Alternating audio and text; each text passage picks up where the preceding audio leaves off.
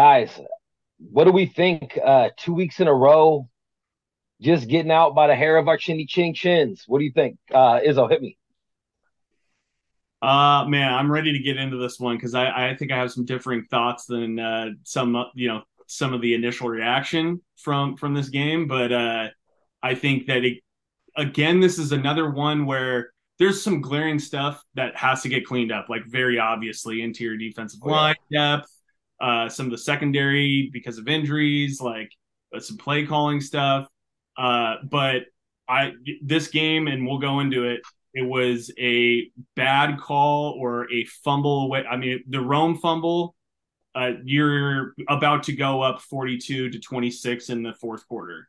So I think some of that context gets lost at the end of the game just with the initial reactions. I'm glad we're filming today and not yesterday Mhm. on Sunday because I feel like we're still kind of like comprehending everything as a fan base as to what happened at the farm. But all in all, you're at 8-0 and can't be mad at that, man. We're heading into SC. This is the start we wanted. And like Kalen DeBoer said, with every undefeated national championship team, he had games like this. So I'm taking it in stride. Yep. No, what about you? Yeah, man, listen, man, they found a way to win. Um, I don't know if we could say a ton more than that. I'm going to celebrate being 8-0. I know what it's like being on a team where every little thing is being nitpicked, especially when you're a national program, top five in the country. But we're 8-0, and as fans, dude, that's everything we wanted, right? You know what they say, right? October is for pretenders, and November is for contenders. Ooh, Oh So baby. yeah. Ooh, let's baby. see. Let's see what we got. This is the first time we've been 8-0 since 2016. I think it's the second time in 30 years. That's only the second time we've won down on the farm in our last 8 attempts. Uh, Hmm. that game, man, was just something that it was like one of those games where just like little things allowed Stanford to stay in it. Like Izzo said, the fumble, the non pass interference, that God. ended up getting picked. Yeah. I mean, dude, these games have been head scratchers because we've had this offense that was just freaking piping hot for 6 straight weeks. And you know what, man? There's some sickness going around. There's just some Hmm. balls being dropped that we weren't used to. We need to be a little bit more locked in, but I really think that KDB and the staff will get our boys going. I think we're finally kind of getting over that peak up for our Hmm. health. I think we're going to be able to get some players back. I think we're ready to go versus USC. Okay. I think that's the thing that's the most frustrating is for a team that's been relatively consistent all year long, there's been 2 straight weeks of inconsistencies, and it's happening right before we go into the murderer's row, even though the murderer's row is not as it's not as challenging as it was 2 3 weeks ago, at least not the way it seems, the way it's laid out. But I guess those are very uncharacteristic of Kalen DeBoer. And I know that's where my frustration was lying, was like, man, the mental mistakes are things that Kalen DeBoer teams don't really do. And they were biting us. And then that always seems to compound bad refereeing. Hmm. And when we get the tough calls after giving up a fumble or whatever, it makes it 10 times worse. And I think that's where a lot of the negativity from the fan base is coming from. But why don't we dive right into the game and kind of break down what we saw and how do we see that affecting us moving forward? I was just talking about the mistakes. So, no, I want to actually get in. I want you to kind of address what you saw mistake wise that made kind of compounded those bad calls that we saw. Yeah, right off the bat on that very first drive, I think they went for like 70 yards. We kind of had them stuffed, quite a few different times, and I think Tuna Ufi gets that personal foul, Oh, another Hmm. yeah. 15, gets him a first down and 15 yards down the field. We had another mistake where I think we ended up having I think it was a late hit or something like that. But I mean, just another opportunity for them to just stay on the field. And we've talked about this in other games. Three You penalties allow, on that drive. yeah, exactly, 3 penalties. I mean, you allow teams like Stanford who have struggled. I mean, they were 2-5 going into the game, 1-4 in conference. You allow teams like this easy. Well, something must Yeah. be wrong here. And I think we've all seen it. There's been some inconsistencies and some misses, but man, even in this game, I wrote this in my notes, dude. When it was rolling, when you have Rome, running his 15-yard out, when those back shoulder jump ball fades that he threw in the end zone, dude, those are NFL pinpoint type drop passes and catches by both those guys. And I think we just kind of grown accustomed to seeing those guys do that at such a high level that when they have a couple drops, when they, when Mike, misses on a little 12-yard out, we're like, oh, what's going on? We're done. The expectations are so high that any mistake is like highlighted, or exactly. not driving the ball down 20 yards play, 15 yards play. It's like, what's going on? But yes, to your question, about maybe some of the lack, I don't know if this is necessarily like a lack of confidence on the team, like so much per se. Like, I think if you ask them, they're not going to be like, yeah, we're lacking some confidence. I think as a fan base, the turnovers are to be what drive the lack of killer complete assurances that this is going to go well. Just because Noah called this out last week. I can't remember if it was on Spaces or on the podcast, but the receivers, and he didn't make this point, but it kind of guides into his point. The receivers are typically so open on crossing routes and things like that they are taught to look for yards after the catch. And of course, they're going to try to maximize the play, but they've got to secure the football, man, because it's not necessarily, it hasn't been Dylan Johnson and Will Nixon fumbling the football a lot.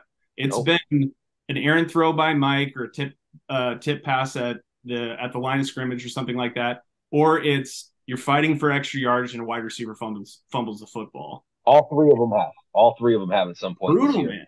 It's brutal. That's the lack of confidence. This game looks a whole lot different if that's not happening. So, I think for me that's a big thing. And obviously there's some stuff on defense that provides some lack of confidence as well, with injuries on the interior offensive line that changed game scheme from an offensive standpoint. So I'm sure we'll get into that, but I know there's really quick. I know there's this statistic that's it's like game flow or something like that. It's like, oh, what is the game looking like at, and there's all these big analytics and all these big numbers that I usually don't really get into too deep. But if you really kind of watch a lot of our games, go back all the way to Arizona 4 games ago, it's not like we ever stalled out for tons of time. Like the Arizona State game we did, but even in that game, it's not like we were 3 and out off the field, 3 and out off the field. It was 4, 5, 6, 7 plays, go 40 yards and fumble, go 85 yards and get a pick on the goal line. You know what I mean? So it's not like our offense has ever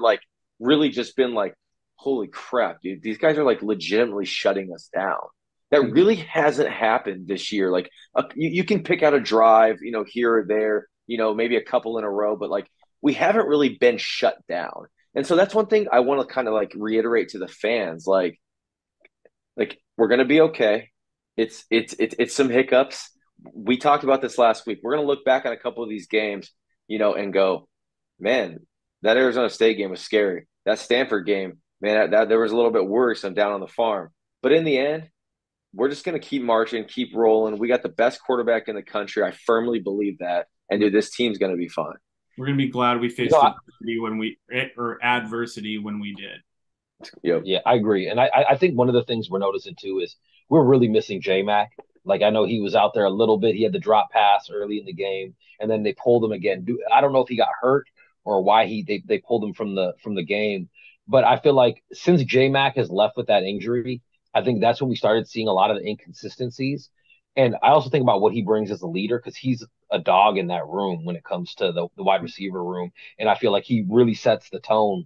And I'm really looking forward to having him back. I think that he said that he's got good strength in it, but at the top of his routes, he's so violent with his moves that it's putting strain on his joints. And so read into that as you will. But to me, it seems like more of not like a re-aggravation or anything like that, but a continued, he could play if we want him to, but do we really want him to push it? So that type of thing. Dude, J-Mac is an elite like let me try to think of the right word, like an elite sitter in a zone. Like he knows how to feel pressure so well that like if he's running like a 12-yard comeback, 15-yard out, 15-yard comeback, whatever it is, out of that slot position, he feels where the pressure is of those safeties coming down, that cornerback, that nickel guarding him. Oh, okay. You got to have one. You got to have one. All right. That's that Zoom call life, baby. Hey, that's dubdup, the next generation. That's right. That's a future Husky volleyball player right there. So where I was going with that was he is so good at that, and it's like what people call like a release valve. He's such a great release valve for Penix that Giles, you saw that in Oregon because Giles has that same slot type mentality. He's a dog. He feels that pressure, and so when you have J-Mac out, when you have Giles out, now you had Jeremy Bernard kind of have that ankle injury. I mean, we're asking a lot of these other receivers. We still have Polk and Rome, but I mean, now you're going into your fifth string guys and like Denzel Boston and having some of these other guys come. It's a big deal, and that's why you've heard Izzo say it, you've heard myself say it. Getting these guys back that are supposed to be your bona fide starters back, it will really allow us to get that what we call that piping hot offense going again. Yeah, one more thing about the offense before we move on to the defense, I wanted to bring up because I fully agree with what you're saying about J-Mac. I think that he's a big part of what keeps those drives sustaining, and what that leads to is since the Arizona game, which was about 50-50 time of possession, every game since then has been it's been close to 10 minutes swing where they've had the 10-minute advantage of time of possession, where it was like 34-25 this last week. Against Oregon, it was 34-25. Against the Sun Devils, it was 37-22. I feel like with these teams and these games coming up, because we're in that championship stretch, the time of possession needs to be closer to like it was. Arizona was more like a 50-50 game where we each had the ball the same amount of times. I've been noticing it, though, a lot this year where it seems like we don't lead in time of possession. Do you guys think that's going to hurt us going down the stretch, especially against the USCs, Utahs, Oregon States, Wazoo, and then whatever possibly is after that? I honestly don't think so, because I think that's a product of a couple things. One, turnovers, cutting some drives short. I mean, I know that we called out that towards, a lot of those turnovers are in the red zone. So, but that has some impact on it. I think the explosive plays is like the time of possession thing has a lot to do with the explosive play stuff. So, because we are scoring. Yeah, we are scoring, and it's like, one of our drives is a 92-yard bomb to Jalen Polk. That's going to impact time of possession 100%. That's true. Also, we create a lot of, and maybe this is a scheme thing, but we create a lot of third downs and fourth downs, and a lot of teams go for it on fourth down against us. So their drives tend to be a lot longer. And Izzo, really quick on that. Do you know that we're top 30 in the country on defense on plays, not giving up plays over 20 yards? Yeah, that's not a surprise to me. Yeah. So like we're keeping a lot of stuff in front of us, and so where they're getting into third downs, they're getting into fourth downs, and to your point, just piggybacking on you, for that a little bit is like it really is like something it's. If they're going to be in third down, fourth down, they're going to go for it because they know they have to be able to score with us. Mm-hmm.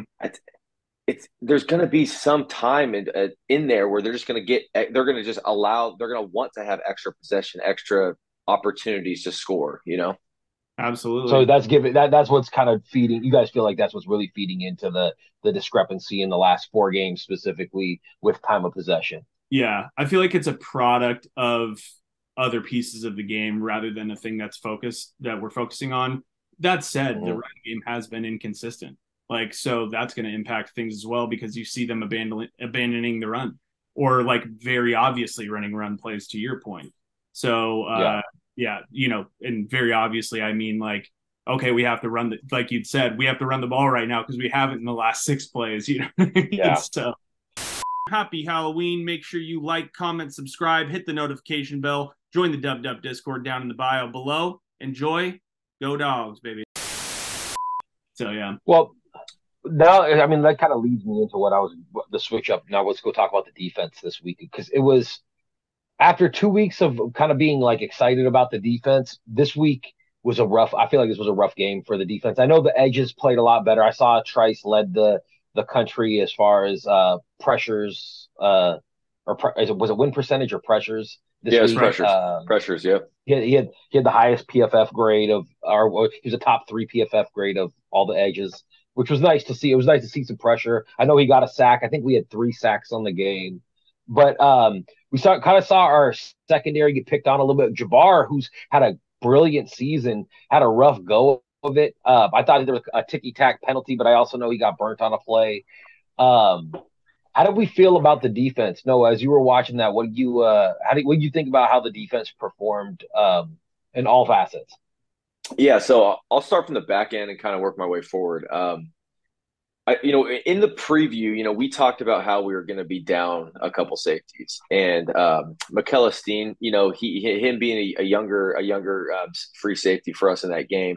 On that big, you're talking about Muhammad on that big post that was right. He kind of got beat. He didn't really have much help on that over the top. Yeah. The safety kind of came down. I don't know if he got like his eyes were looking at that crossing route in front of him or whatever that was. But Muhammad really had to make up a lot of ground, and that was a hell of a catch. I forget. I think it was who caught that. It was either that Tiger guy or maybe it was like a Jackson Harris. Actually, I think is who caught that. But it was a really nice play, man. You kind of just like that's a play just to tip your hat to.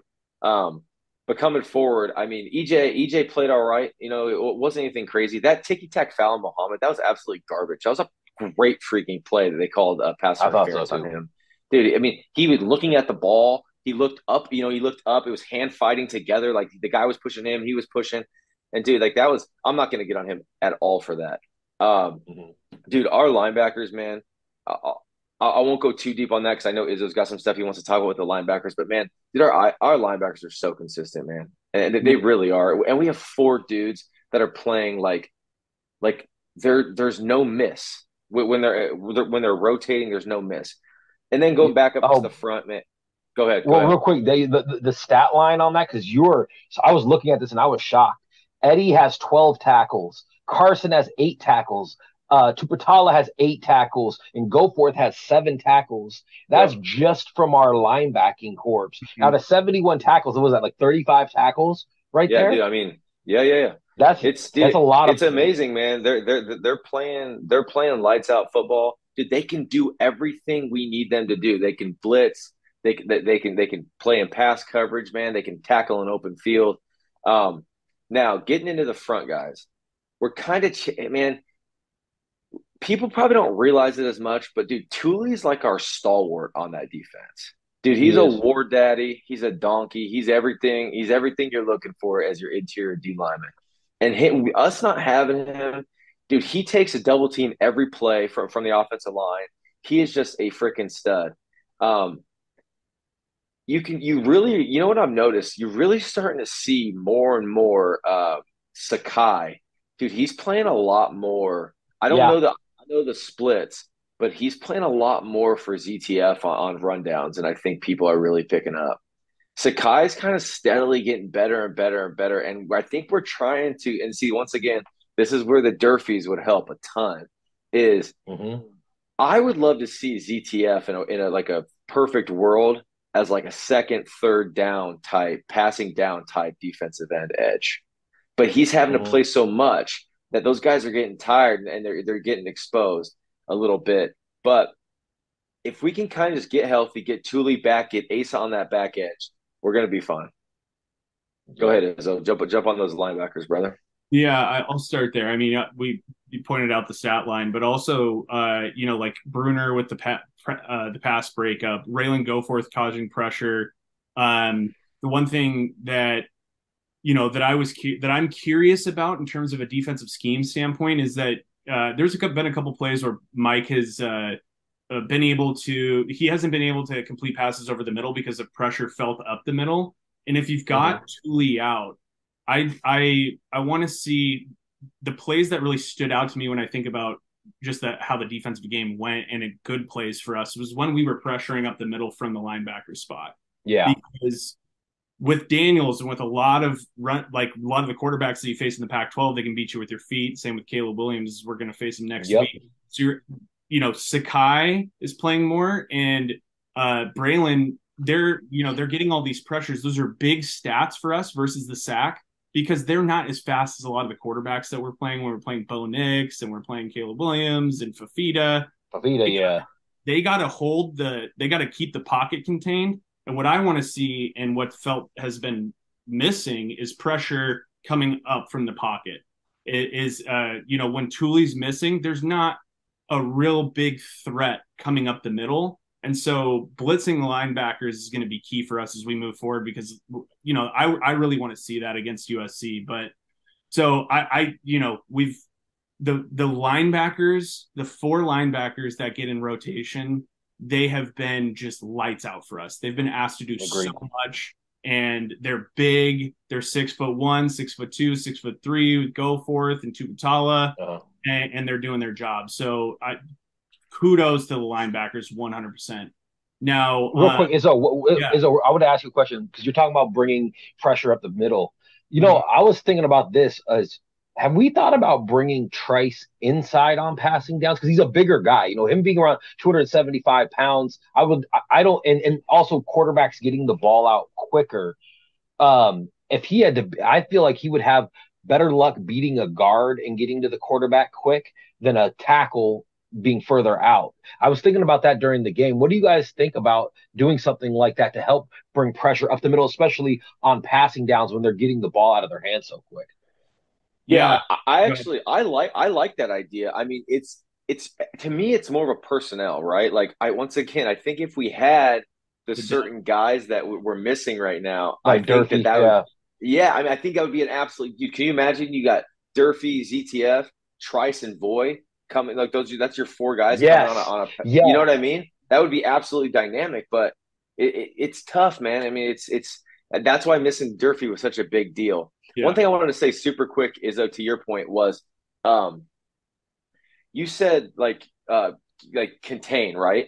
One thing I've noticed we've done a lot in the last, and started with Noah Fafita, dude. We've been bringing, we've been actually running a lot more stunts with our D line, and what we've been doing is ZTF will be on the right side, and we'll have our other 3 down linemen, dude. They'll all press to the right, and dude, you'll have ZTS loop all the way around onto the back side, because what we're doing is hopefully flushing that quarterback out, and ZTF's going to be right there to pick him up.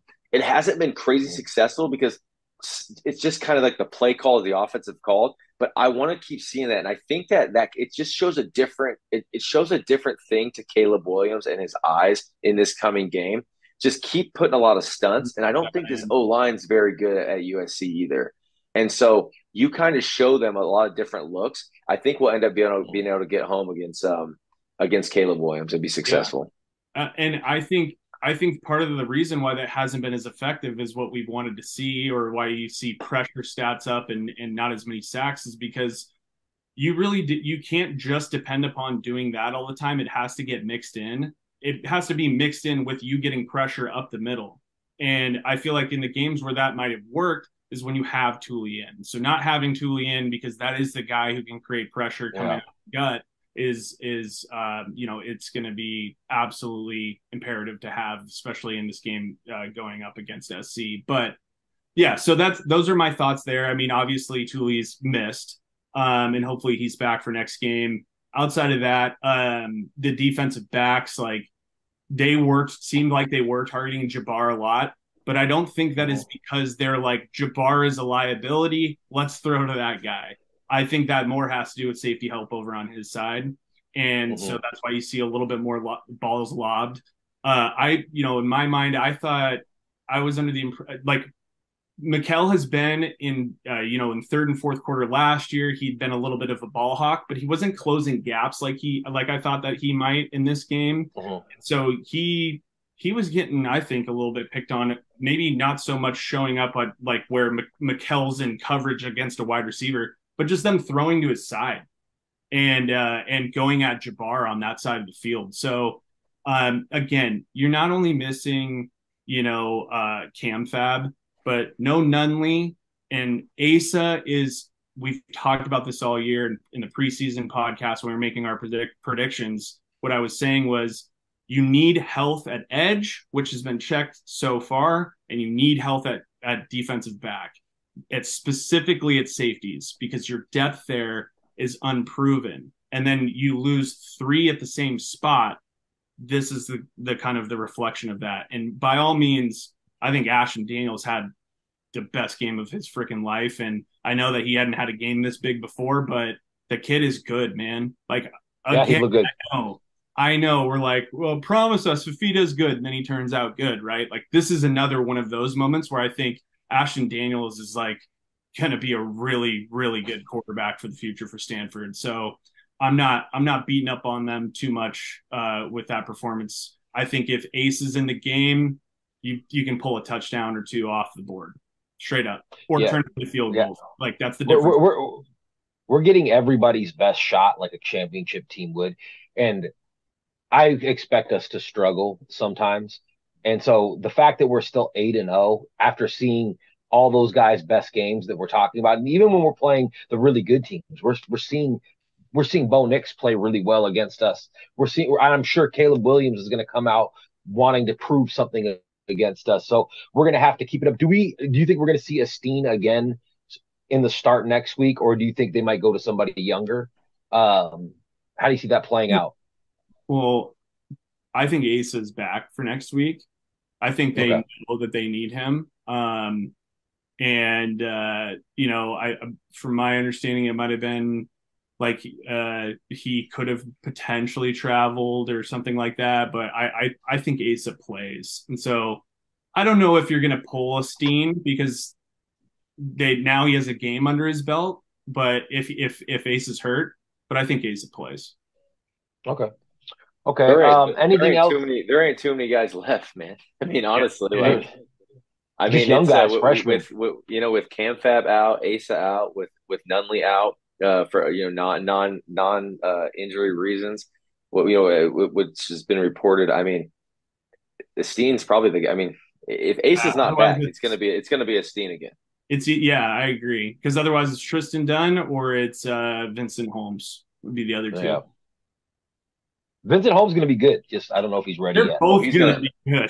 Yeah. Do you want to put them in against Caleb Williams and USC to defend? Not particularly. That's a hard going to LA is a hard spot to start with. Dude, all right. Here's one thing real quick, Mike. We've talked about this, and Izzo said this a lot. Our defense really does, because of the leadership we have, it runs out of that back end, man. It runs out of Asa Turner. It runs out of Cam Fab. And not having those guys on the field, dude, it's a big deal, man. It's a big freaking deal. And for us to be 8-0 with the injuries we've had to Cam Fab and Asa now, dude, that's a big win for our team. And it's getting those younger guys a lot of good opportunities to play, man. Mike and I were talking about this on the phone last night. Yeah. And we were saying how small conspiracy, but it's like, you want every one of your players to play no matter what if they can, right? But is there some strategy here? Like, not necessarily you're discrediting your opponents, but don't you kind of want to win this game by realistically should have been 14 points or 17 points and have had Asa take the rest, that he may have needed, or J-Mac or whoever it might be? Like, I'm okay with how they've managed injuries this far, knowing that they're top heavy at safety and edge, defensive line. Yeah, I mean, even on the broadcast, the announcers were like, "It feels like UW is keeping some things in their back pocket or up their sleeve for the next couple weeks." And like we're playing our most kind of like Giles Jackson boys. Yeah, exactly. I think it has to do. Not playing him, shooting this guy, not playing him. Yeah. Well, I also think it has to do with, our vanilla offense and defense should be able to beat a 1-5 or a 2-5 team without having to show too much, and we did. I want to kind of talk about who were our highlight players. Let's start with the offense. Who really stuck out to you? I mean, we know Penix had a big game. The other Heisman-worthy game. But who were the standout players for you, Noah? Yeah, yeah, Penix did have another big stat line. Rome had some freaking incredible catches. I just can't give it to him because of that fumble, especially when we talked Mm-hmm. about it the week before that, hey, they need to be listening to dubdup podcast because they would have been a little dialed in more on keeping that ball tight.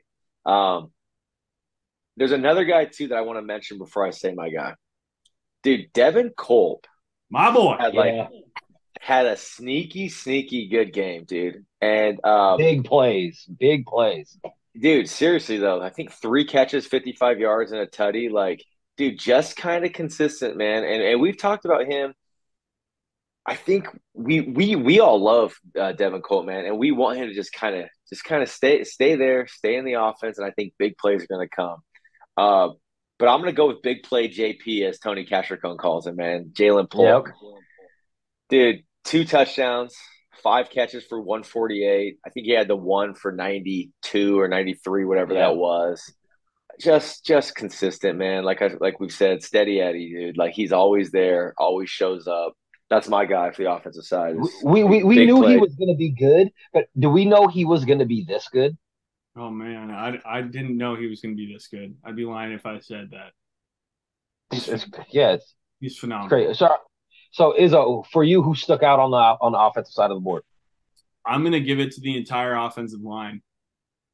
There was somebody who might have mentioned like, oh, they Stanford dominated in the trenches. I saw a Duck fan say that. No, I He mean, had 1 sack. I get it. Their interior offensive line versus our interior defensive line. I get that piece, but our offensive line played great. I think the only thing I guess I could point out was like that Kalepo maybe struggled a little bit on rushing plays, and that Bulow was great he was great on the run and struggled a little bit in pass pro. Other than that, Mm-hmm. man, they had a great game, and those are types of things that you expect when Bulow re-enters the offensive line, and you've got to mesh again and kind of get used to it. So it started a little bit slow, but there was a few plays in the third quarter where like Mike had all freaking day, man. And Yeah. that this isn't the best defense, but this is the get right game for the offensive line after the Arizona State game, and they absolutely stepped up. Roger and freaking Troy, man, there was just they were just manhandling their guy every game, like every down. There was very little pressure from the edge spot. They had to bring guys, but Mm-hmm. and even then they picked up the blitzes, and Parker had a great game, and up front again, man. So yeah, whole offensive line, fantastic job, great game. Yeah, I think you're right. I thought, when DJ got the ball, he did good things with it. I would like to see him get the ball more. I like to see us run just a little bit more, like I said, in creative ways, because I think when you start seeing those plays, especially like we saw at the end where they were busting for 9, 10 yards, that really puts the defense back on their heels, and it allows us to be able to do more stuff. And I think that's gonna be a game changer going into these next few games where, like I said, I don't know if they look as difficult as they did a few weeks ago, but they're still going to be a really difficult stretch. On the defensive side, I'll stay with you. Who really stuck out to you on the defensive side? Eddie, dude, Yep. this is like one of the best games of his career. I think there wasn't like literally was there a single play or a single down where Eddie was on the field where he wasn't like having an impact. I mean, Mm-hmm. pass rush against the pass through the air. Nobody was targeting him really. He was just always around the ball. I mean, obviously he had 12 tackles, 10 solos. He Mm-hmm. was able to get pressure himself on Daniels and flush him out and make him uncomfortable. The whole linebacker group was again phenomenal, but Eddie was Eddie. This was the type of game where you're like, yeah, he's got to go to the league. Like he's You know, sure getting drafted I feel like you got to give Carson Bruner an honorable mention for too, because I sure. mean he did have he had a tackle for loss and a pass deflection, and Yeah, I feel like he's really. I'll tell you what, he's been. I think Eddie's probably been our best linebacker, but I think Carson's been our number 2. dude, He's looked so good this season. and Raylan, the tackle for loss with him in the first quarter. I mean, Yep. literally every guy. We're not talking about Alfonso. Alfonso had 8 tackles and half sack. And a sack. Yeah. And yeah, You got to give him to Eddie. He's the leader. He had a phenomenal game, man. it's an embarrassment of riches. What about you, Noah? What do you think about it defensively? Who got your player of the game?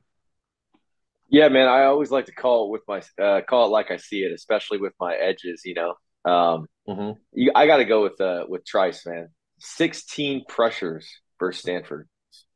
16 pressures. It's the most by any college football player since Trice had 15 in a game last year. And dude, I mean, it's just he finally got his second sack of the year. He got home. But man, he is just so violent and disruptive. And if you want to watch, if you want to teach a kid how to play like that position, take on pulling guards, disrupt plays in the backfield. I mean, he does all the little things that you just don't get credit for. And that's why, even though he has 2 sacks, even though, everyone's, including myself, are frustrated, that he hasn't got home, that he, especially you don't hear his name talked about so much, on ESPN or Fox, but who's still talking about him? A lot of the NFL draft boards, a lot of NFL teams. There's still multiple scouts coming to practices because he does everything you want to be a successful player at that next level and in college. And dude, so for me, man, Braylon Trice, it's been fun to see him not be as successful with the big stats, but just still be so violent and such a technician on kind of how he comes in every Saturday ready to go. I want to take a minor home run trot on this because for the last 3 weeks I've said that he wasn't showing up on the stat sheets, but he was pressuring the quarterback, keeping QB contained and stuff like that. And I of course he only had the 1 sack here, but dude, he's been playing great. I mean, he's graded out high every single game. And while it might not be 16 pressures every single game, he's had 6, 7, 8, 9 multiple times this year. It's not a new thing for him. He's had we've all talked about holds and all that stuff. And so I mean, I'm excited. I'm glad that he had this. Well, and I'll tell you what, if he continues doing this, he's going to get another. Watch him get a handful of sacks over the next 4 or 5 games, or even maybe 6 sacks between now and the end of the season. And if he finishes the year with 8 sacks, he'll still be a high draft pick. He'll still be the guy that everybody was hoping to see go up, go high in the draft and be somebody that we talk about like Joe Tryon or one of them guys. He's doing his job. He's holding contain, man. Yeah. All right. So moving on, what do you guys? We'll start with the offense. And Noah, I'll start with you on this one. Where do you see us being able to improve? Because there's definitely lots of areas where we can critique the offense. Yeah, I kind of hit on this earlier, but with that injury to J-Mac, man, I really would like us to really see us get Devin Colt the ball more and really get it to him, whether it's coming off the screens, just quick little flare routes. I just want to see him in open field make guys miss. If you've ever went back and watched his high school tape at Gonzaga Prep, dude, that guy did everything. He played a little bit of quarterback, a little bit of running back, played some tight end, wide receiver. I mean, he could do it all. And he's only gotten better this year. He had a little case of the dropsies early on in his career a couple of different times, but he's just been that guy, that lunch pail guy who just continues to get better. And that's kind of my thing. That's where I would like to see us improve on the offenses. If we don't have J-Mac kind of being that release valve, let's kind of get Devin Cole. Let's keep using Jack Westover. Let's use our tight ends to kind of, just take some pressure off of Penix when it comes to that. And the other thing, real quick, ball security. I'm gonna say it again. Hold on to the damn ball. I know you're open, but dude, these guys that we're playing, they know we got Rome on the other side. They know we got Jalen Polk. They're literally said, hey, these guys are going to be open. We need gang tackling. Someone's got to punch the ball out. And you've seen it now too many freaking times. Ball security, hold on to the ball. Yeah. All right, Izzo? Yeah, just to piggyback on what Noah just said to add a point, get the ball.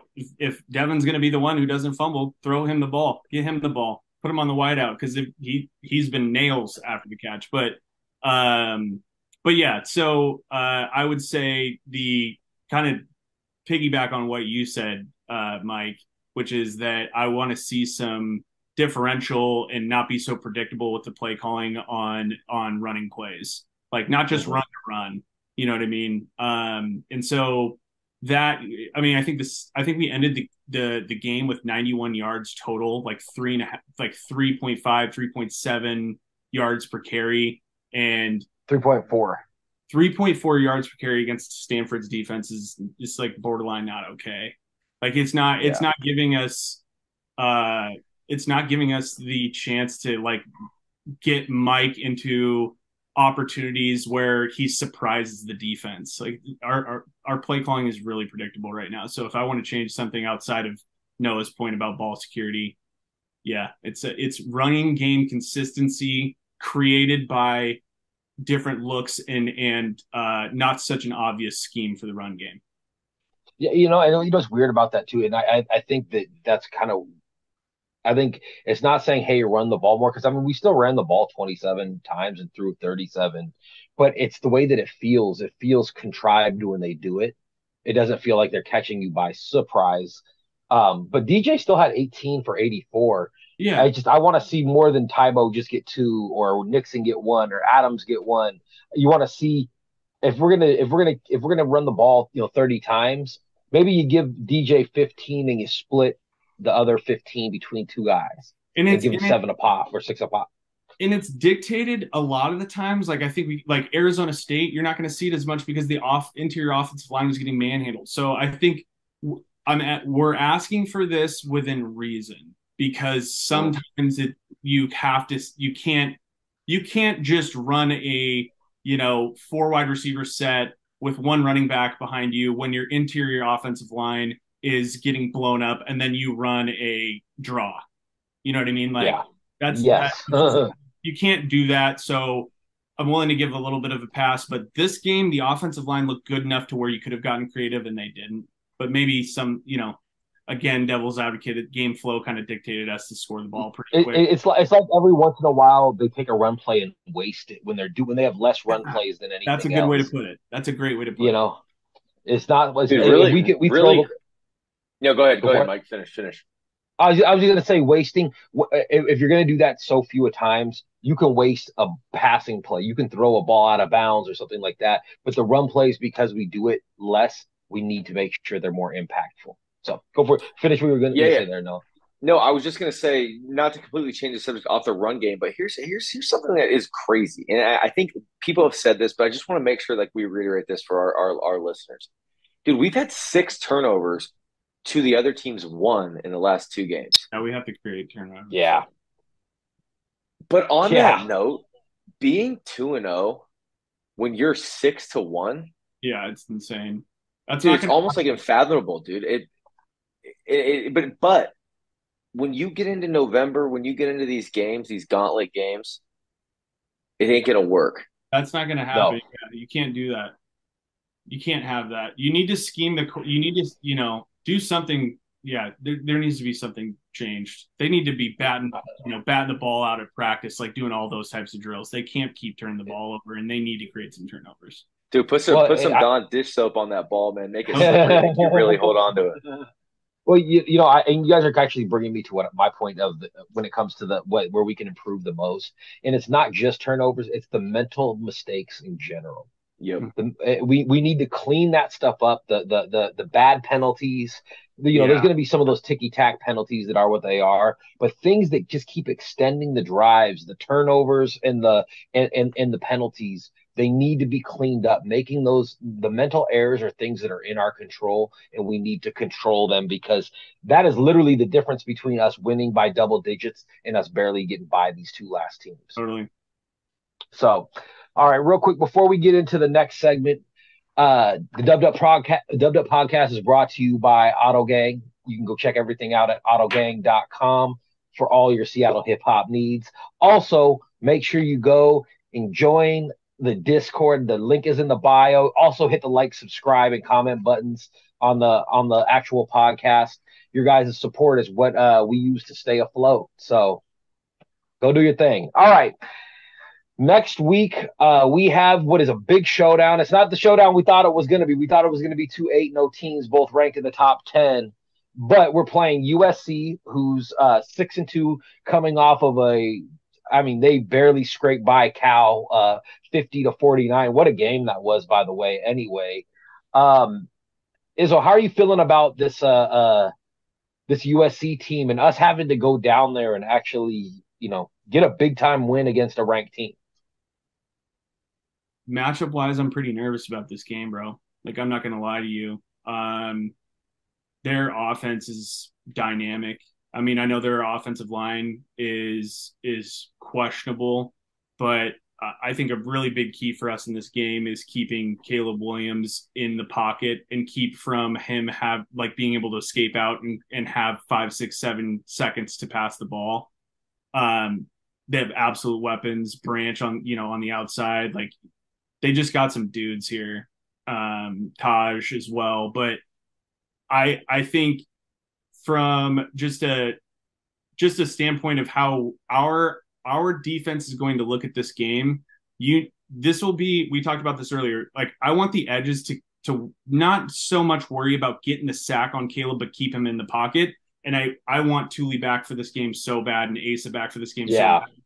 You need to get pressure up the middle and make Caleb Williams uncomfortable. And MJ Ale and Thule are going to be huge in this game. And man, if McElestine goes out there again, he's got to be able to close the gap quicker, because if it's Jabbar on Branch and they go deep to Branch's side to try to get after the scene a little bit, Stanford took that, picked that apart a little bit, that combo, man. Imagine what USC can do. And we talk all year about, can you score with us? This is the team that absolutely can. So you need to create some turnovers here. You got to get a takeaway or two, and you need to put pressure in the middle on Caleb Williams to make him uncomfortable. Otherwise, they're going to score 50.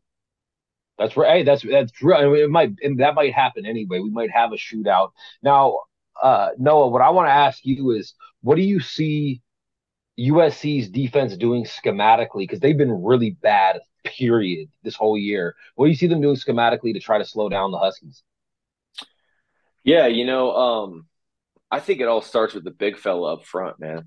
I mean, what has everybody's concern been kind of with our offense? If it was anything, right? It's kind of our interior offensive line. So I mean, I think they're gonna really try to get Bear Alexander and his posse kind of going up front. If they can get home with 3, get home with 4, and drop back as many as their 5-star athletes as they got on the back end, I think that's really what they'll do. They're going to put some pressure on Mike, going to try to get him off his spot. It's kind of interesting. I actually think their second string linebackers, I think it's Lee and Gentry, are better than their starters. They got that big, Gentry's at 6'6", he's kind of skinny, but he's like 6'6", rangy, really long. I think if they could get those guys kind of going, I think they'll probably play more, because we just, they're probably more probably scared of our ability to throw the ball than any team they've played all year. So I think they'll really get they're more like they're passing down linebackers in the game. But man, at the end of the day, I think USC has kind of just accepted the fact that all these games are going to end up being track meets.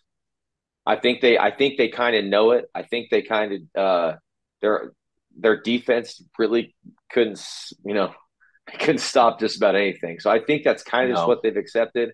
And at the end of the day, they're going to say, like, what did we say? Can you score with us, right, Izzo? USC, I think, is going to say, can you score with us? Yeah. Offensively, they are a juggernaut. I mean, if you look at Caleb Williams, 2,600 yards, 25 touchdowns through the air. And then they got a couple running backs that are, they're Marshawn Lloyd's averaging 7.7 yards a carry. He's got 766 yards and 8 TDs. And dude, Marshawn Lloyd's a dude, like a dude. Well, and then you got Caleb, who's got 9 touchdowns rushing himself. There's a lot of ways they could hurt you. That's like this is like Ashton Daniels on steroids.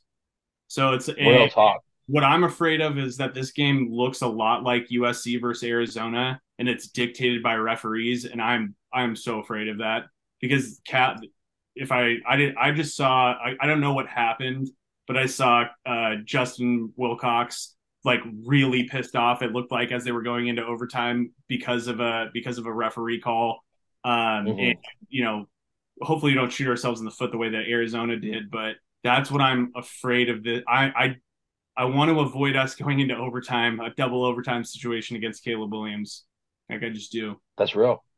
Well, and I mean, I think you guys can both agree that like this isn't a game we can sleepwalk through. We can't. It's been very uncharacteristic of us to not come out and be scoring on the first drive of a game where we did that through the first 4 or 5 weeks, and then all of a sudden it just kind of stopped. I think to set the tone, especially going down to LA, we need to come out and have the fireworks going quick, because if we get them on the ropes, their defense isn't good enough to win them a game. I think we might be able to get a stop or two. I don't think they can do the same to us. Get a couple picks and get a couple turnovers in this game. That's when they've lost. The other thing too, really quick on Marshawn Lloyd. In the games that they've lost, Utah and Notre Dame, Marshawn Lloyd had 7 carries and 8 carries. In all the other big games that they've won, not counting like Nevada and San Jose State, dude, he always gets like 13, 14, 15 carries a game. I promise you they're going to want to get him going, because as good as Caleb Williams is, as good as their wide receivers are, he brings such a balance to that offense and keeps the opposing defense on their heels that they have to get him going for them to be successful. And he is a game breaker. And so you want to see how good our linebackers are? Well, here's a real test, man, because this Marshawn Lloyd kid can get up and go. I guess that's the question that I have. I'm going to pose it to both of you guys. Defensively, what do we do? Like I said, we have the game against Oregon. We were very much on that bend but don't break, and I think we're going to have to be similar, because there's going to be a lot of similarities between what Bo and Williams can do. They're both guys that have big arms that can make every throw, but also can really hurt you with their legs. Not to mention they're both supported by a running game that is very good, if not elite. What if you're Chuck Morrell and William Inge, what are you doing this week with your players to get them ready for this? Because we're going to need a couple big stops. Yeah. For me, man, Izzo, you want to go first? No, you want me to go?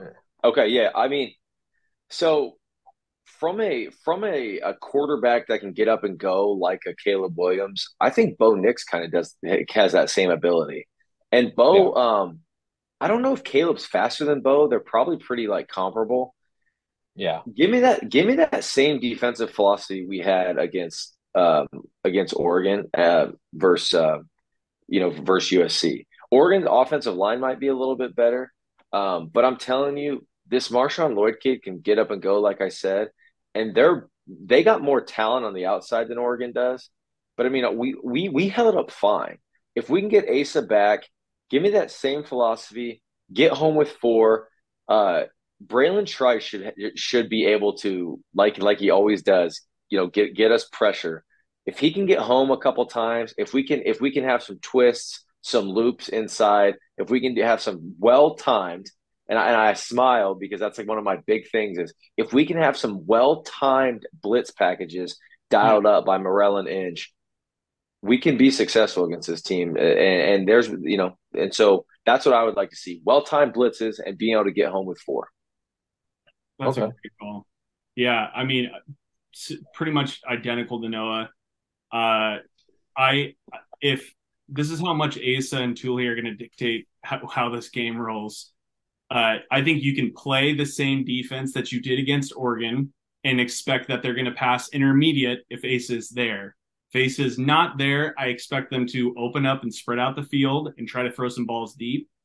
But if he is there, then you can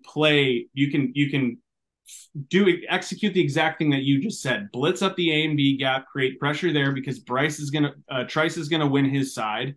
ZTF can, win even half of his battles or 25% of his battles. You're going to be fine. I expect that they're probably going to do a lot of that similar If Caleb escapes, it's going to be to his right. It's going to be to his throwing arm, ZTF side, and I think you can mitigate that by seeing if you can get ZTF to stay home and contain, and bringing those well-timed blitzes, like you said, up the middle. And then if Ace is there and you've got Thule helping with that pressure on the A and B gap, then that's when you can execute a game plan. But I'm if one of those, especially if Ace is out in this game, that changes a lot of things, man, because you got to worry about the deep ball, and getting beat there. Oh, yeah. So, dude, one thing in this game really quick. We don't need to shut down USC's offense. We're not going to shut down USC's offense. Nope. We need to get 2 or 3 stops. And this is a defense that we're going to see in USC that, dude, I got a feeling, man, these guys ain't playing for a natty. I'm not too sure how high these guys are really getting up to go for this game. I know it's still the number 5 team in the country. I know it's UW. There's that old school rivalry. But, man, they just played a freaking exhausting game against Cal. And just like we saw coming for Arizona State off the Oregon game, dude, it's really hard week in and week out to get up for another game. Mm-hmm.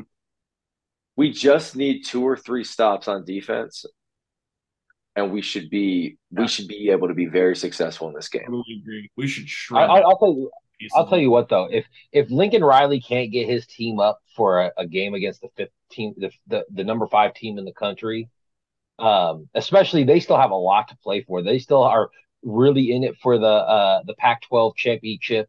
They're still really in it for a lot of goals. I don't know if they're going to make a national championship with the 2 losses, but regardless, there's a lot of big things that can still come from this season. And if Lincoln Riley can't get his team up for that, I think you got to question what a coach is at that point.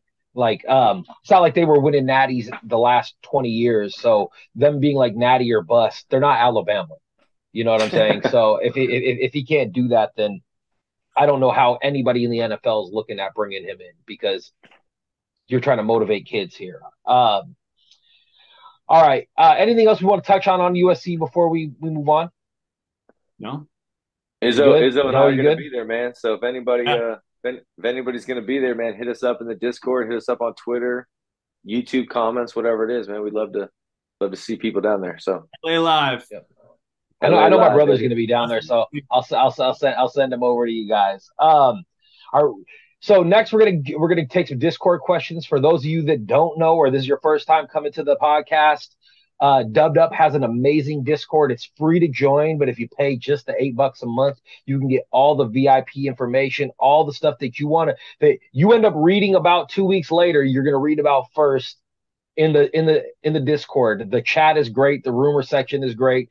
But like I said, it's free to join. At the very minimum, just jump in there and see what we're talking about. Link is in the bio. So what we do with the Discord is we like to take questions. We have a little section in there where people can pose questions. We present them to you guys here, and then we answer them. So let's jump right into this. The first question comes from JLeave360. Who or what type of quarterback do we believe would be a good fit if we were to go after one in the portal? I think he's saying if there's a quarterback, what kind of quarterback or who would we go after in the portal after this season? Yeah. Izzo. I'll tell you what I'd like. I'd like to see a 1-year borrow for a kid who believes that he can come in and compete for the Heisman. Because in this offense next year, with the receivers that we have coming back next year, I think this is a perfect fit for that. And this is no secret to anybody who's listened to us on Spaces or listened to me talk in the Discord, but I'm a giant Austin Mack fan. I think we probably all are. My ceiling for him is like a first-round quarterback in the NFL draft, like potential Heisman type kid. I think competition is always good, but I'm so high on him that I kind of don't want to see them bring in like a guy who's a year older or the same age or same eligibility as him. Yeah. So I want to see a 1-year borrow. I think I think you don't need to, in my opinion, you don't need to bring in a quarterback who is just like, a pocket guy who can absolutely throw a ball 65 yards. I want to see a guy who has it up, good awareness, can create with time. And I'd like to see the offense change a little bit in that I do kind of want to see Mike hasn't been dual threat this year, really. They've kept him inside the pocket. He's mostly been an inside the pocket quarterback. But I want to see a guy that they can bring in and can create with his feet. So we'll see who that looks like. I mean, yeah, we'll see. I don't nobody just pops off of my head right now, but there's going to be some options that come through for quarterback and that we'll want and we're going to be able to get who we want kind of too. So okay, yeah. We're pretty coveted. Izzo, you got any? Or I mean, Noah, you got anything to add to that? I got one thing, and that's there's one thing that we always talk about when we say, like, what is a good fit? What does a quarterback fit mean for this offense? And you've heard Izzo say it, like, can he make all the throws? But if you listen to Grubb talk on some of his like weekly pressers throughout the years, coming out of spring ball, getting ready for spring ball, he always mentions little things about the dual threat quarterback. Mm-hmm. I think he looks at that and it's like, is it needed in this offense? I think the answer is probably no. Is it like a incredible nice to have? Hell yeah. And I mean, I think that if you can find a quarterback that can make all the throws, but then can also keep the defense honest by running for first downs as well, dude, you think this offense is good now? I mean, man, it could be pretty freaking scary. Yeah. Okay. All right. The next question comes from Jake Browning's Super Bowl ring. Great name. What's the key to containing Bear Alexander? And then the second question he has is, are there any other key defensive threats for USC? Noah, let's start with you. Oh, yeah. Bear Alexander is an absolute problem. He's been playing right around 50 snaps. They try to keep him pretty healthy. So when he's in, he's being able to give everything he's got. Is he a one-on-one type guy for our offensive line? Man, I don't think so.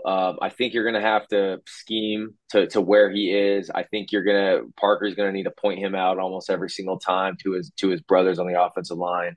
When you have an edge that's like super elite, you can have a lot of help with, a tight end that chips for you. You can have the running back come over and freaking light them up once or twice. And now the running back can come, into the middle of the offensive line and help out as well and double team, et cetera, could give that extra pressure. But it's a lot harder when you have an elite defensive tackle. And that's why it's such a coveted position. And Bear can really do it all. He's dominant in his pass rush and he's dominant in his run game as well.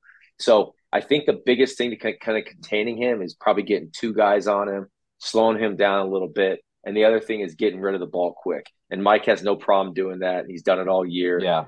Mike's one of the best pre-snap and post-snap, readers of the defense in the country. So I think we'll be fine there. The other thing too is this: when he starts getting his hands up, dude, those offensive linemen, dude, they just need to truck him right in his ribs. Like, get his hands down. Once you put those hands up multiple times, dude, they'll give him body blows, man. And dude, get those hands down, because that's created problems for us in the past, man. Is once those defensive linemen get their hands up, that ball gets batted and it's anybody's. And the other thing, are there any other defensive threats, real quick, before you tackle Bear? Mm-hmm. I'm telling you, that Gentry kid from USC, number 18, 6'6", linebacker, dude, he could be a problem inside the in the pass defense. I think he came in off the bench.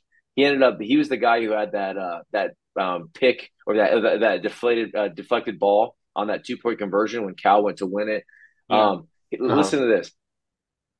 He had a forced fumble, an interception, 3 pass breaks, had a 4th down tackle for loss, and he covered that 2-point play. Like I said, I was looking that up when we saw this question, and I'm just like, dude, this guy's coming off the bench. I'm telling you, I think their second string linebackers are better than their starters.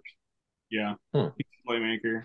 I think for me, just Noah said it perfectly. I have nothing to add other than it seems like attacking the middle of the field is like ill-advised. We want to bring Barry Alexander's hands down, but we have so many weapons. Just go to the outside. Make your first reads out there. we all want the tight ends to be effective. If they're going to be effective, break them on out routes, get their ball in hand in space, get the ball to them in space. But don't, I would stay away from the middle of the field. We've been fine staying away from the middle of the field all year. Let's keep doing it. Okay. All right. All right. Want to just thank all you dubdup Discordians for giving us the questions. And like I said, you can pose one every single week and we will answer them. Like I said, go join the Discord. Link is in the bio and get that news first. As we move forward, we're going to take a look at the national stage. Some big games in college football this weekend, starting with number 14 Mizzou playing Georgia. You know, it's I feel like the SEC is, besides the very tip top of it, has been pretty soft compared to normal years. But this is a big game. Do we see Mizzou having any chance at Georgia? Noah, hit me up. What's up? Yeah, man. I mean, I think there was with Jackson Bowers hurt. I think 2 games ago. I think there's kind of been a lot of like, can Georgia do it again?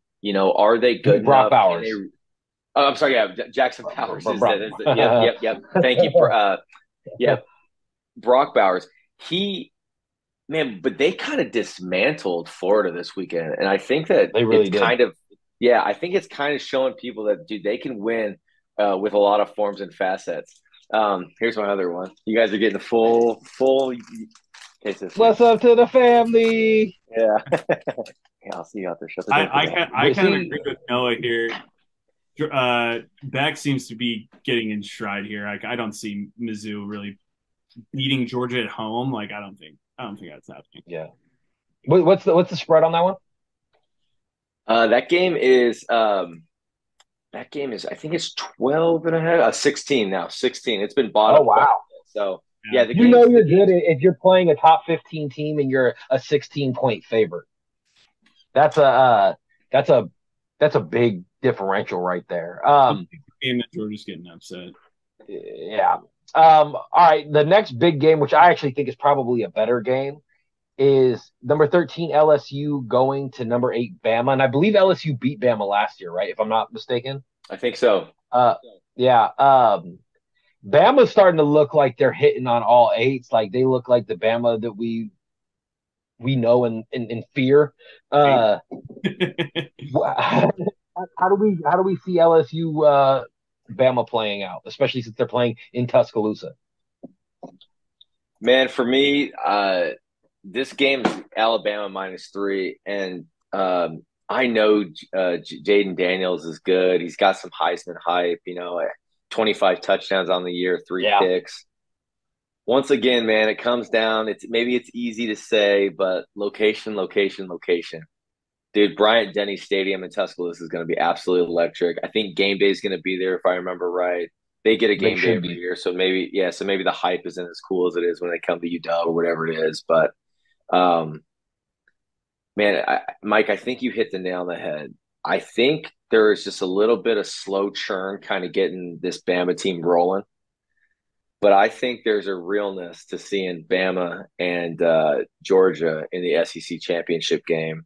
It's going to be probably like 12-0 versus 11-1 in the end. I think Bama takes care of business.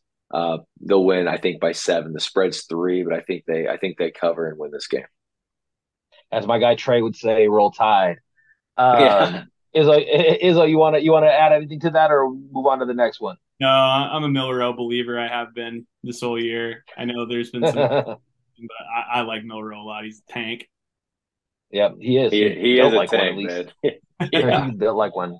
All right, the next game, got Noah's alma mater, Army at number 17 and still undefeated Air Force. That's right, baby. The Chief Trophy. Into the wild blue yonder. The Commander in Chief Trophy. We're playing for it. I feel like Air Force is playing for a trophy every week now. So it was Navy, then Colorado State, and then now Army. So yeah, there has a trophy in all these games. But and this is a big spread. It's 18.5. Army's got to come into Colorado Springs, the shadows of the Rampart Range. Dude, here's a funny one for you. Ready? This spread's 18.5. Give me a guess on what the over/under is in this game, the total. 50. 32.5. Jesus. So they're pretty, yeah, they're pretty much saying that Air Force should win this game like 24-7, right in that ballpark, 25-7, something like that. It's a very interesting game because Army's really just struggled on offense, but Air Force should take care of business and should Air win Force this game. looks like they look like they're pretty much the class of the group of six right now. I don't think anybody's really James Madison. This is starting to like pose the ancient question that all my buddies ask me. If Air Force and UW played each other in a bowl game or in something like that, who do you root for? And I've always said, I've answered it in this way. If one of the teams has a national title type consideration, then that's the team I would want to root for. In this, it's interesting because it's like if UW faltered a game or something and we ended up not going to college football playoff, we could easily see Air Force in like the Fiesta Bowl. Okay, so let me ask you. No, yeah. If it was, let me ask you something. It was, let's say Air Force was 10-1 and UW was 8-3. You would root against UW? Absolutely. You would? Yeah. I would because you know what? If that does happen, we'll have fun with a bet on the dubdup podcast. We will have some fun with a bet.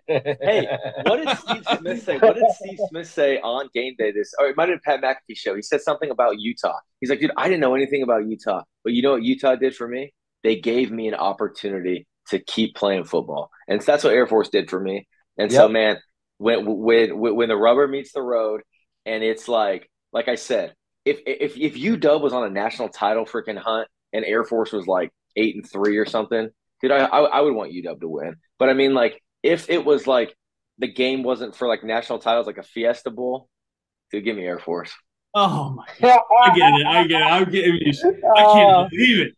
What did I sign up for? No, over here. Yeah, you're like, I didn't know. You know what? If something did happen, like say UW did lose a game, that would be a great consolation gift for dubdup. You know that if say it was the Fiesta Bowl and it was still a New Year's Day 6 bowl and it was a 11-1 UW team against a undefeated Air Force team, that would be a fun bet to have. All right, let's look to the Pac-12. We have an interesting slate of games this week. Number 16, Oregon State, coming off a really heartbreaking loss, is playing Colorado, which I think this is a get right game for Oregon State.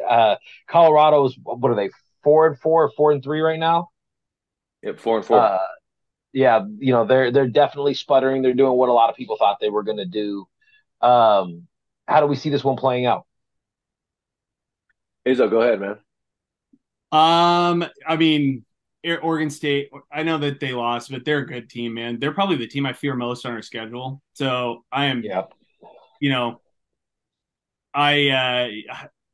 Colorado, God bless them. I love Deion, like we've said every week. I love what he's doing, but they're no match for Oregon State, man. The fact that they lost that close game too. Oregon State had the Aiden Childs mixed with Uyangale, like that's just gonna be too much, man. They got too many weapons. No way Colorado's going that game. And Oregon State's going to be pissed off. They're going to be playing with a chip on their shoulder, and they know that they have to win every game the rest of the season for them to even have a little bit of a chance. Absolutely. Yeah. No, you want to add interesting? Or... Yeah. I was going to say, what's interesting about this game? It's a 13-point spread. Games at Folsom Field and Boulder, and Oregon State's still favored by 13. What's interesting about this game, and I think it might be like a little bit of foreshadowing for us, is Shiloh Sanders, I don't think is any. I'm sorry, that's his brother. Shadur Sanders isn't. I don't think he's anywhere on Mike Penix's level, but he can get up and throw the ball a little bit. And then they got some wide receivers, with Weaver and Hunter and those guys.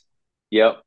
I want to see kind of what this Oregon State secondary can do to slow these guys down a little bit. Yeah. Because if they can somehow try to slow these guys down, maybe they'll try to slow our guys down too. But that's what I mean is I think there's a little bit of foreshadowing here. Like can Oregon State slow down this Colorado offense at all? Yeah, I think that's going to really come down to what Oregon State's defensive line does against that really bad Colorado offensive line, Mhm. because Yep. that's really where Colorado struggles. Um, the next game is we're going to see the same Cardinal team we saw play UW this weekend going to the Palouse and playing Wazoo, who's kind of licking their wounds. They've had a rough last couple of weeks. No, what do you think's going on here with Stanford and the Cougs? Yeah, the game being in Pullman, I think it's pretty clear. I mean, I'm taking Wazoo all day in that game. Um, Mhm. I mean, to answer your question, man, I think you're just seeing that the freaking Pac-12 is tough, and there's a lot of Yep. good teams. And I know some people kind of thought Wazoo was really good, and I don't think they're a bad team. But I mean, looking at like their 1-4 conference, record. I mean, dude, they've lost to at UCLA, they lost to Arizona, they lost to Oregon, then they lost in the desert at Arizona State. I mean, should they probably have beat Arizona State? Sure. But like, dude, the Pac-12 is really good, man. And I know they beat Wisconsin, and that kind of like got the momentum going. Then they end up beating Oregon State, but I think they get right here. I think they win. Um, but I think Cougs are kind of a little bit on like that lifeline, dude, to just become bowl eligible, and they don't have any. It's not like the easiest schedule to get there either. So they're going to be fighting to Yeah. get bowl eligible to get 6 wins. Well, and also, the bottom tier of the Pac-12, even though they're not that great record-wise, I'll bet you take a Arizona State, an Arizona, and you go put them against a Wisconsin or against one of those mid-level Big Ten teams. I have a feeling that they're going to do well more than they do bad. That's how good those guys have looked and how scrappy they are when it comes to playing. Um, they're a lot better than their record would indicate. Um, you want to add anything, Izzo? I do. Izzo's got the hot take. Oh, Ah, I got Stanford winning this game. I think it's going to be close, but ooh, I think Stanford's offense has got some weapons. I think Ashton Daniels found his stride. I like Tafiti getting that fumble on Rome. That's a heads up play. I think this is going to be a shootout, and I do believe that Wazoo has a little bit of a nod being that game's at home, but I think there is some of that honing it in because I think there's some of that sadness creeping into that locker room from how this season has gone for them and how it's shaken out. And I think Stanford's on an upswing momentum wise after that game. I think you don't take moral victories in the Pac-12, but for them it was. And the teams that have played us have typically gone and played another good game right after. Arizona yep. State, Arizona. I think Stanford's going to follow that trend, and I think they beat Wazoo in the Palouse. I'll call it It's going to be 45. mid 40s. Go for it. I call 45-40. 45, 40. It's going to be mid 40s and raining. So the weather's not going to be great. Next game on the list, Cal, who gave USC everything they could handle in that 50-49 loss, is going to Autzen Stadium to play the Ducks.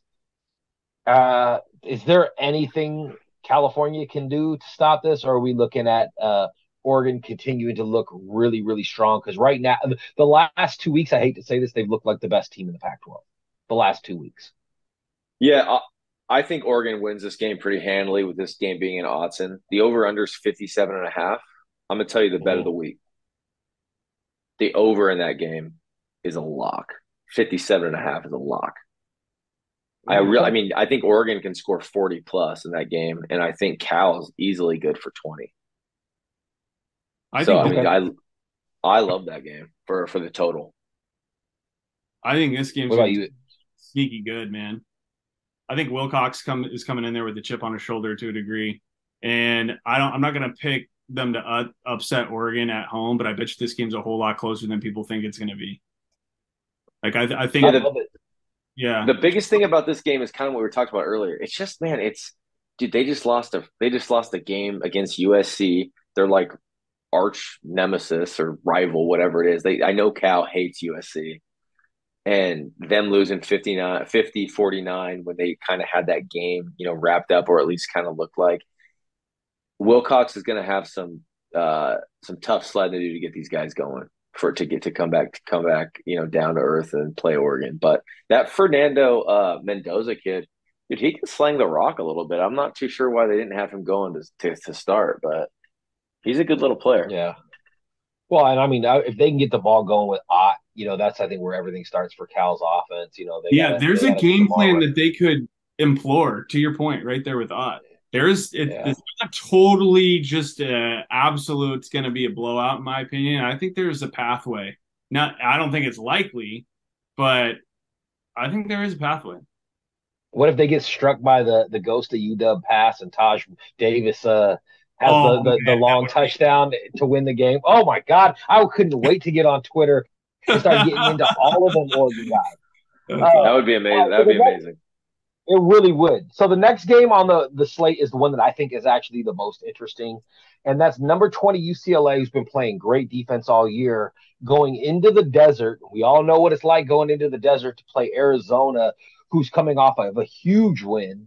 They might be. I think we were talking about them being the best 4-3 team, or are they 5-3 right now? The best 5-3. Arizona's 5-3. Yep. I think they're making a big argument for they should be ranked. Do you see UCLA slipping up against Arizona in the desert? Yes. Who wants to take it? Yeah. I'll say yes. Yeah, I'm a Tafita believer. Man, I'm so close to calling that Arizona again last week. That pissed me off, but whatever. One point loss. But UCLA, the quarterback situation is iffy, and I think Arizona is that good. And at home, they got momentum, man. Like I am an Arizona believer. I think by the end of this season, they're going to be like a 9-win team, 8 to 10 wins on the year. And yeah, I would not, if I was like a 10-win team playing Arizona and an 8-win team in a bowl, that's a matchup I would not want to face. They got some question marks on defense for sure, but I think they beat UCLA at home and then are ranked in the top 20 next week. Dude, if they beat UCLA, if you kind of look at their schedule, I mean, they could legitimately run 6 straight games to close out this year. Yeah, that's what I'm saying. Yeah. They go UCLA at Colorado, Utah, and Arizona State. I mean, they could all winnable. That'd be absolutely 9-3 on the year. I mean, and then we have an opportunity for 10 games in a bowl game. Is it like you're saying, dude? That'd be huge for Jed Fitch and those boys. And then they walk into the Big 12 as one of the better teams in the Big 12 next year. Absolutely. All right. Final game on the slate is Arizona State going to Utah to play the Utes, who are coming off. They're licking their wounds. They got beat up by Oregon last week, 35-6. I don't think anybody saw that big of a discrepancy. I thought everybody thought the game was going to be closer. We know that Utah's offense is probably about as bad as SC's defense. Does Arizona State get the upset in Utah? I'll be the first to say, and I told Izzo this on the phone, I was shocked by the way Utah played. And I'm going to give a bunch of credit to Oregon, too. I mean, Oregon played a great game and just beat the living dog piss out of those guys. They did. But I was surprised, man. Bryson Barnes, I think is his name. He struggled.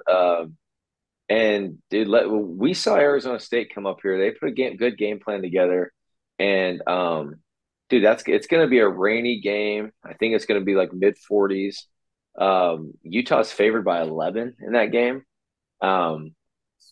Dude, that game could be like 17-14.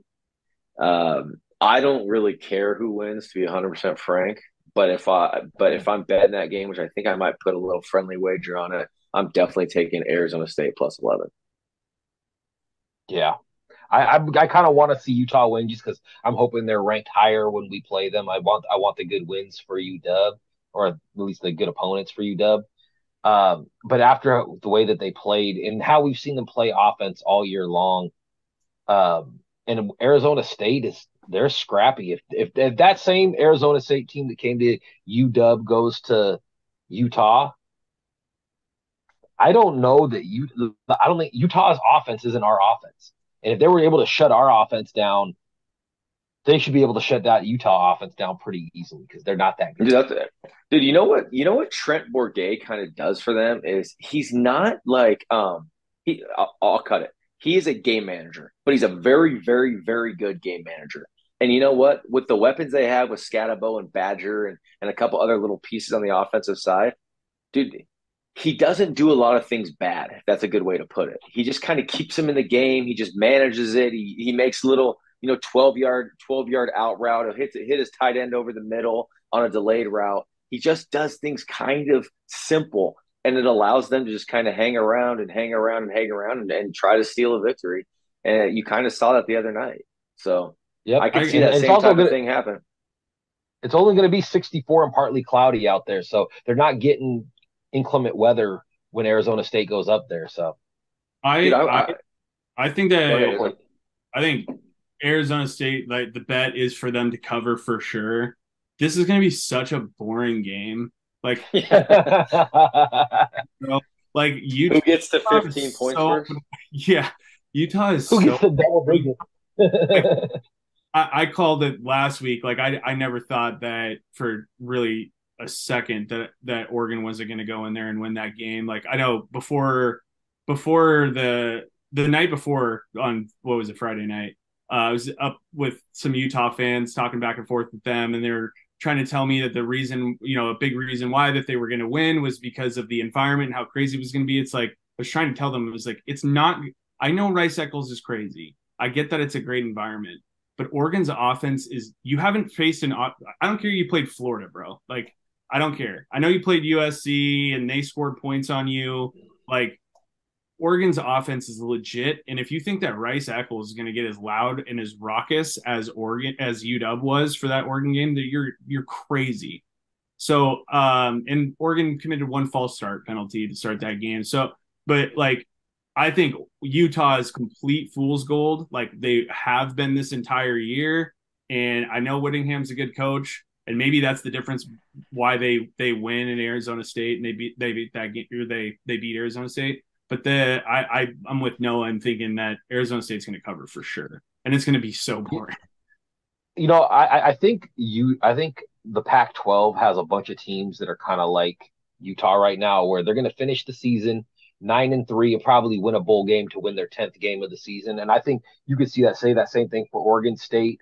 You could say that same thing for Utah, and more than likely it'll be either UCLA or SC that falls into that same category as well. So, anything else we want to touch on with that last game? Anything else we want to touch on in general? Let's get into that score prediction for USC UW, baby. Okay. All right. Izzo, since you brought it up, what's your prediction for SC UW? I got two predictions. One is without Asa Turner, and the other is with Asa Turner.